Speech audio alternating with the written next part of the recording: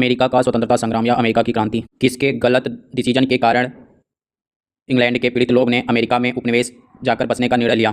1630 के दशक में इंग्लैंड के चार्ल्स प्रथम के गलत शासन पद्धति के कारण। अमेरिका को किन यूरोपीय देशों का सहयोग प्राप्त था? तो फ्रांस का, स्पेन का, नीदरलैंड का, हॉलैंड का। अमेरिका के किन हिस्सों को इंग्लैंड ने स्पेन से छीन लिया था? तो अमेरिका के फ्लोरिडा, मिनोरिका और जिब्राल्टर को इंग्लैंड ने स्पेन से छीना था और इंग्लैंड के कारण नीदरलैंड या हॉलैंड के व्यापार प्रभावित हो रहा था। अमेरिका क्रांति के कारण क्या थे? अमेरिकी उपनिवेश में रहने वाले लोग इंग्लैंड के प्रति अपने जुड़ाव को धार्मिक अत्याचारों से, धार्मिक मतभेदों से और यूरोप में आकर उपनिवेश में बसने लगे थे। अमेरिकी मामले में इंग्लैंड की सत्ता का न्यूनतम हस्तक्षेप, यह अमेरिकी क्रांति एवं स्वतंत्रता प्राप्ति का सबसे महत्वपूर्ण कारण माना जाता है। चौथा, ब्रिटेन व अमेरिकी उपनिवेश की सामाजिक जीवन पद्धति में भिन्नता। पाँचवां, सप्तवर्षीय युद्ध और नए जीते गए क्षेत्रों की समस्या, राष्ट्रीयता की भावना का विकास और उपनिवेश में स्वतंत्रता प्राप्ति के लिए जागरूकता, उपनिवेशों का आर्थिक शोषण, ये सभी कारण अमेरिकी क्रांति का कारण बनता है। सप्तवर्षीय युद्ध कब हुआ था? 1756 से 1763 ईस्वी में। सप्तवर्षीय युद्ध कहाँ पे लड़ा गया था? इंग्लैंड और फ्रांस के बीच, यूरोप में, अमेरिका में और भारत में लड़ा गया था। सप्तवर्षीय युद्ध में फ्रांस की पराजय होती है, जिसके कारण उत्तरी अमेरिका का संपूर्ण फ्रांसीसी क्षेत्र इंग्लैंड के अधिकार में आ गया।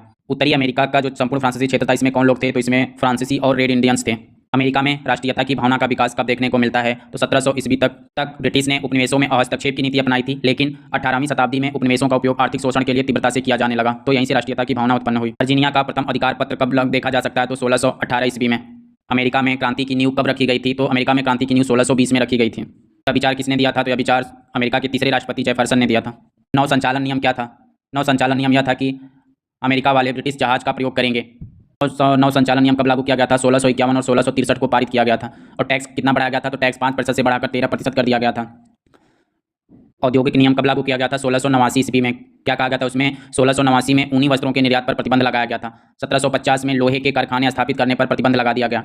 व्यापार अधिनियम क्या था?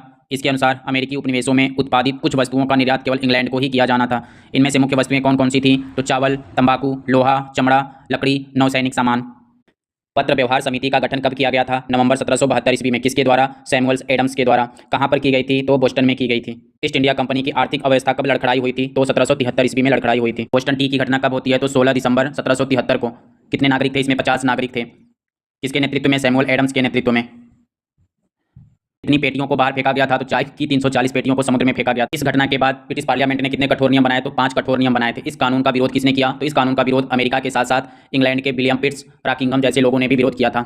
अमेरिका के कहाँ के निवासियों ने सभी उपनिवेश के प्रतिनिधियों का सम्मेलन बुलाने का प्रस्ताव रखा था? तो वर्जीनिया के निवासियों ने। यह सम्मेलन कहाँ पे रखने का प्रस्ताव किया गया था? तो फिलाडेल्फिया में। तो प्रथम कांग्रेस अधिवेशन कब हुआ था? तो प्रथम कांग्रेस अधिवेशन 5 सितंबर 1774 को हुआ था। इस प्रथम कांग्रेस अधिवेशन में कहाँ के प्रतिनिधि नहीं शामिल हुए थे? तो जॉर्जिया के प्रतिनिधि नहीं शामिल हुए थे।